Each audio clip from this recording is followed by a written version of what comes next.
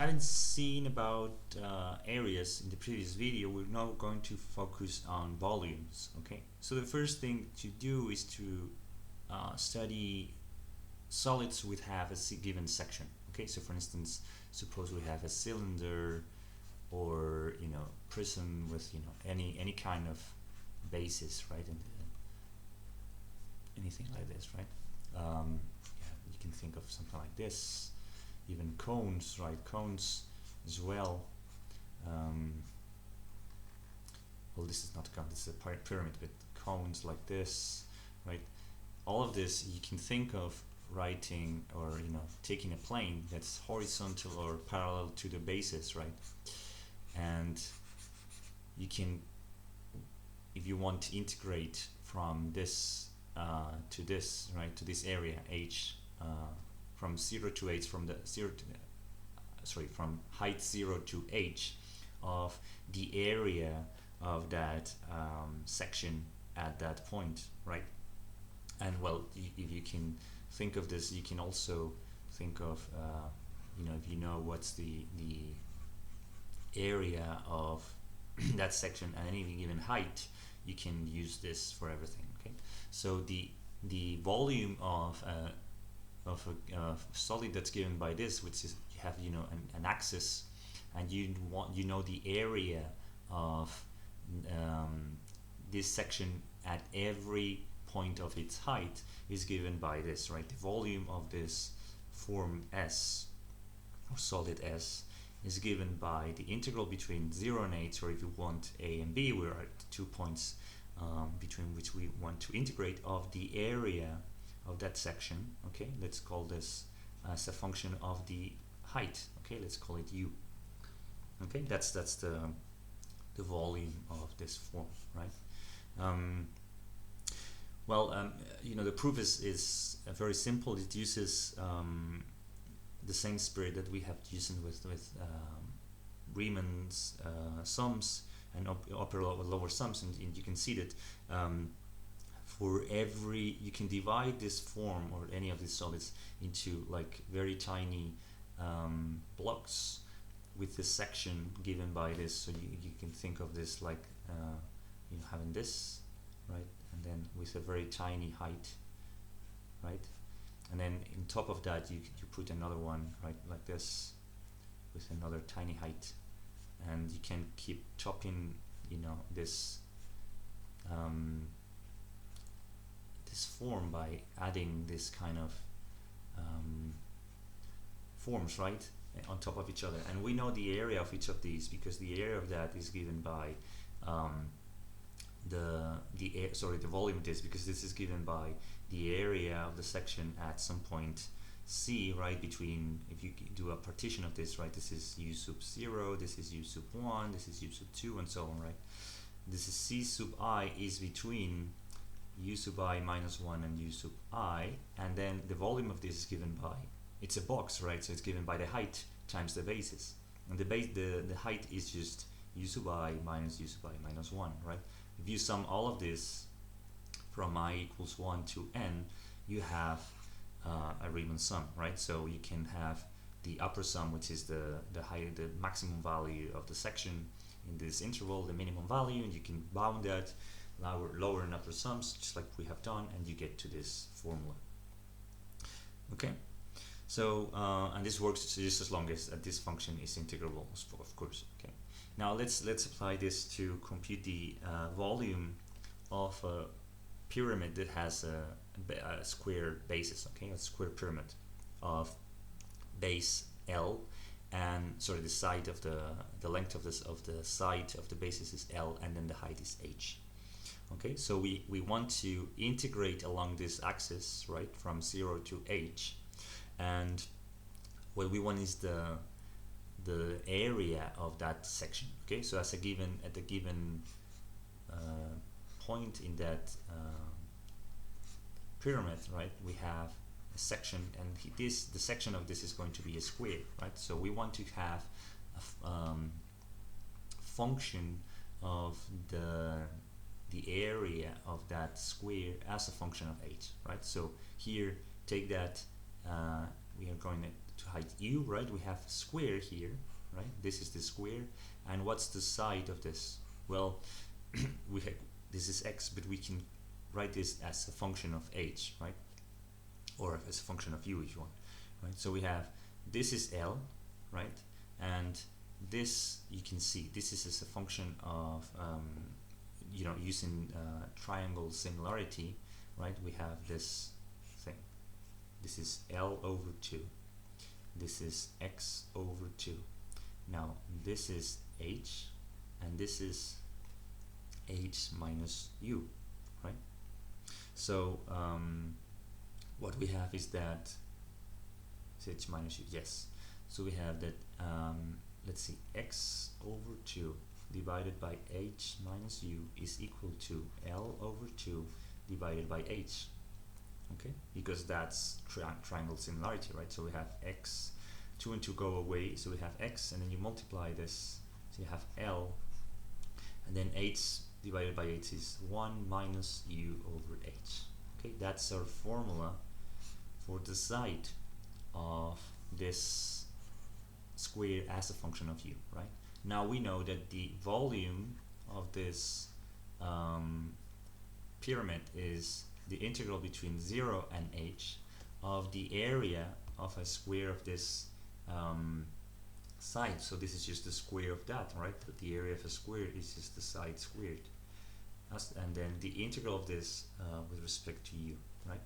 Now L is a constant, and then now we have, this is, you can see that the integral of this is 1/3, right, of 1 minus u over h cubed, right? But then you have to take into account this coefficient. You have to multiply by h and then minus in order to get this, right? And now you have to evaluate this integral between 0 and h, right?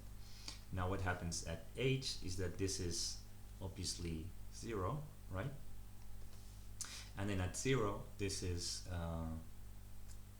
u is 0, so this is minus h over 3 times L cubed. So this is 1/3 of L cubed h.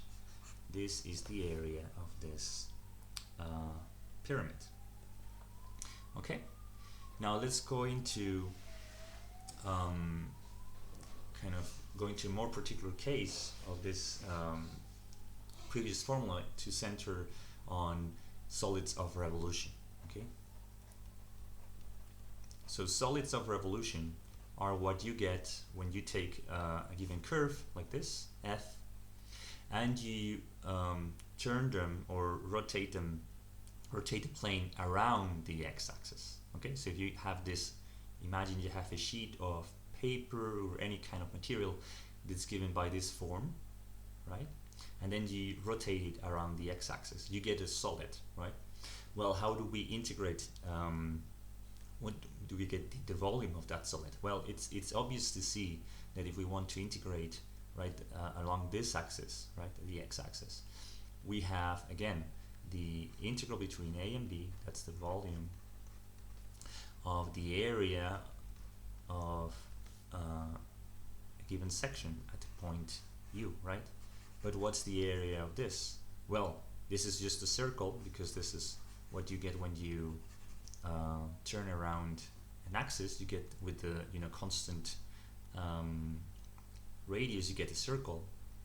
The radius of that section here is given by f, so the area of that section is pi f squared, right? So you can substitute here, this is f at u actually, so this is just, or well, instead of using u, let's use x, so that's easier, right? We're going from x equals a to x equals b, and at each point we're integrating over the area of this section, which is given by this pi f squared. So this is pi times the integral from a to b of f squared dx. Okay, this is the formula for a solid of revolution around the x-axis.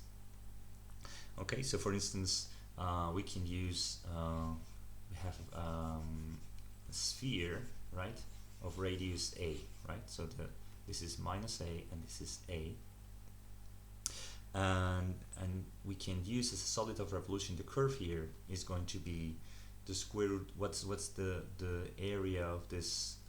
Sorry, the formula for this curve is, we know it's given by it's what, x squared plus y squared equals a squared, right? That's a circle centered at the origin with radius a, right? We solve for y, so y is the square root of a squared minus x squared, right?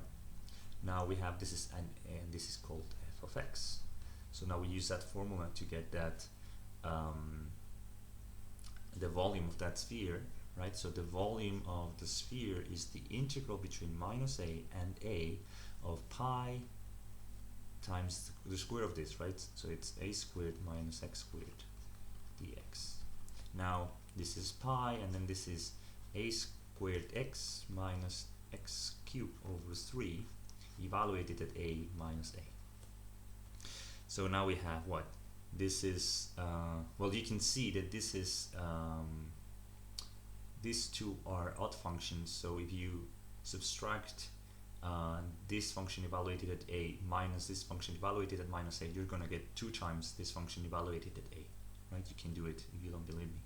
So you get 2 pi, and then you have a cubed minus a squared over 3, but this is 2 pi, so sorry, 2/3 of a of a cube, so you have 4/3 of pi a cube, which is the formula for the sphere of radius a, as we all know.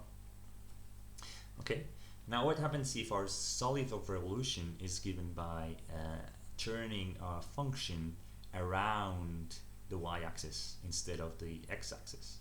Now you realize that at each point here, instead of having, like before, these sections that are circles, right? What we have is, if you take a partition, right, of this between, you know, xi and xi plus 1, right? We have this. You turn it around, right? What you have is cylinder, right? You have the I don't know how to plot this correctly. Why? Suppose think of it from the outside, right? So you have this is the y-axis, right? And this is the x-axis, right? So you have this, you're turning around this, and this is your point xi plus 1. This is your point xi. Now in this here, you have this area, which is the area of the cylinder, and now you have to subtract the area of this smaller cylinder to get the area of this thing, right? So what we add in here are not sections. We're not adding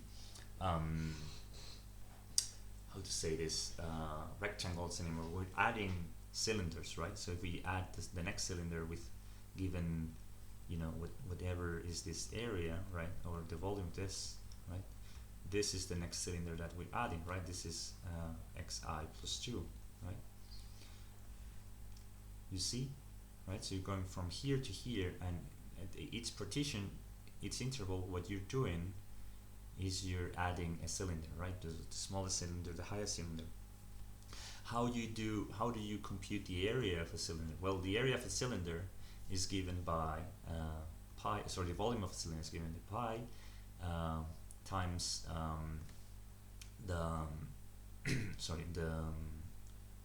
radius squared. So in this case, the radius is xi squared, and then times the height at that point, which is f at xi, right? So the difference between these two, the volume of this hollow cylinder is given by this formula, pi xi squared minus xi minus 1 squared, right? F at ci, right? So you're subtracting the area of, sorry, the volume of the cylinder, the outer cylinder, from this, you're subtracting the volume of the smaller cylinder. Okay, so you can sum this from I equals 1 to n, and you get this, right? And where c sub I here is a point, any point that's between this, right? It could be, this is the the Riemann sum, right, that we had done. Any point ci belongs to this interval xi minus 1 xi, right? This is closed. Okay, now when we take the limit, we get to the integral, but in order to get the limit, what you need to do is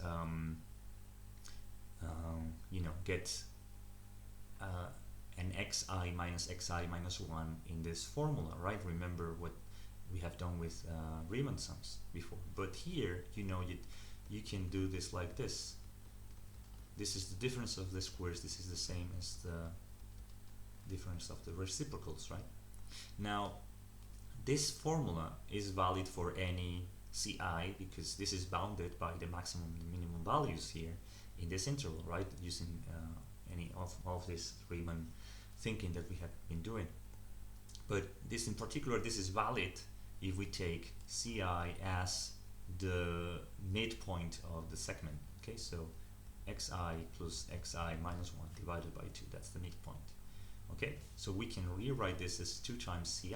So this formula becomes from I equals 1 to n of 2 pi ci fci xi minus x minus 1. Okay, so when we take the limit with this very small partition, this thing disappears, and what we're integrating is this formula. Okay, so the volume of a solid of revolution around the y-axis is given by the integral between a and b of 2 pi x f of x dx. That's the formula. Okay, and it would be maybe easier if we would think of this function in terms of y, but if you don't have that, you can use this formula. Okay, so let's use this formula to find the area of a torus. Okay, torus, which is one of the most important forms or solids in math. This is just like a donut, right? This is what happens when you get a circle and you rotate it around the y-axis, you get this form. Okay, it's a very interesting solid torus. So let's see, what's the formula here is, remember, the volume of S is the integral between, let's say, maybe it's easier, how to say, yeah, it's easier if we focus just on the positive thing here, and we realize that the volume of the torus is going to be twice this this solid of revolution if we only take that. Why we do it? Because it's easy to parameterize this. This is this is a circle centered at r with radius a, right? So we have that x minus r squared plus y squared is equal to a squared. So we have that y, the positive, this is equal to y, the square root of a squared minus x minus r squared. Okay, if we wanted to integrate over the negative side, we would have to consider also the negative square root in another integral, but it's obvious that this is going to be twice this area, right? So this is going to be 4 pi I, oh, sorry, the formula is 2 pi, right? 2 pi, the integral between a and b of x fx dx, right? In this case, what we're saying is that our volume is 2 times the integral of this function around the x-axis. So it's just 2 times this. So 4 pi between x is r minus a to r plus a, right? So we're taking only the start and end of the function, and the function is f of x, where first is x and then f of x, which is a squared minus x minus r squared, sorry, dx, right? Now, so we can, let me write this here. We have 4 pi times the integral between r minus a, r plus a, and then we have x. Let's take common factor here to a squared, right? A squared is 1 minus, and then we have x minus r over a squared, right?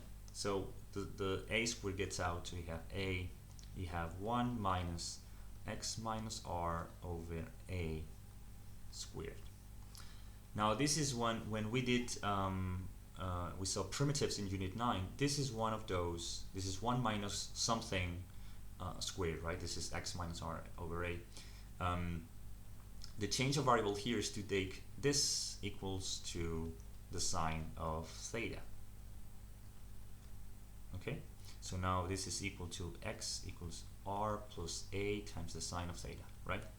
Now if we want this integral to go between r minus a, right?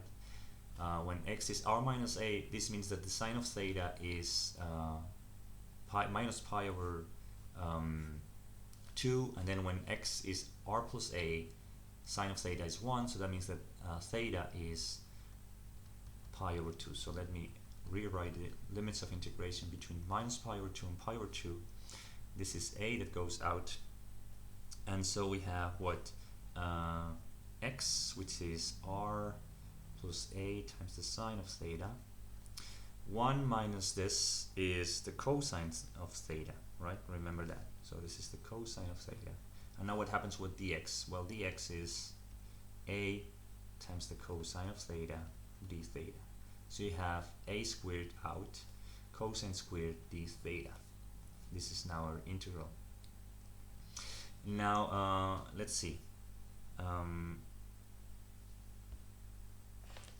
Let's see. There are two variables here, right? This is wait a minute.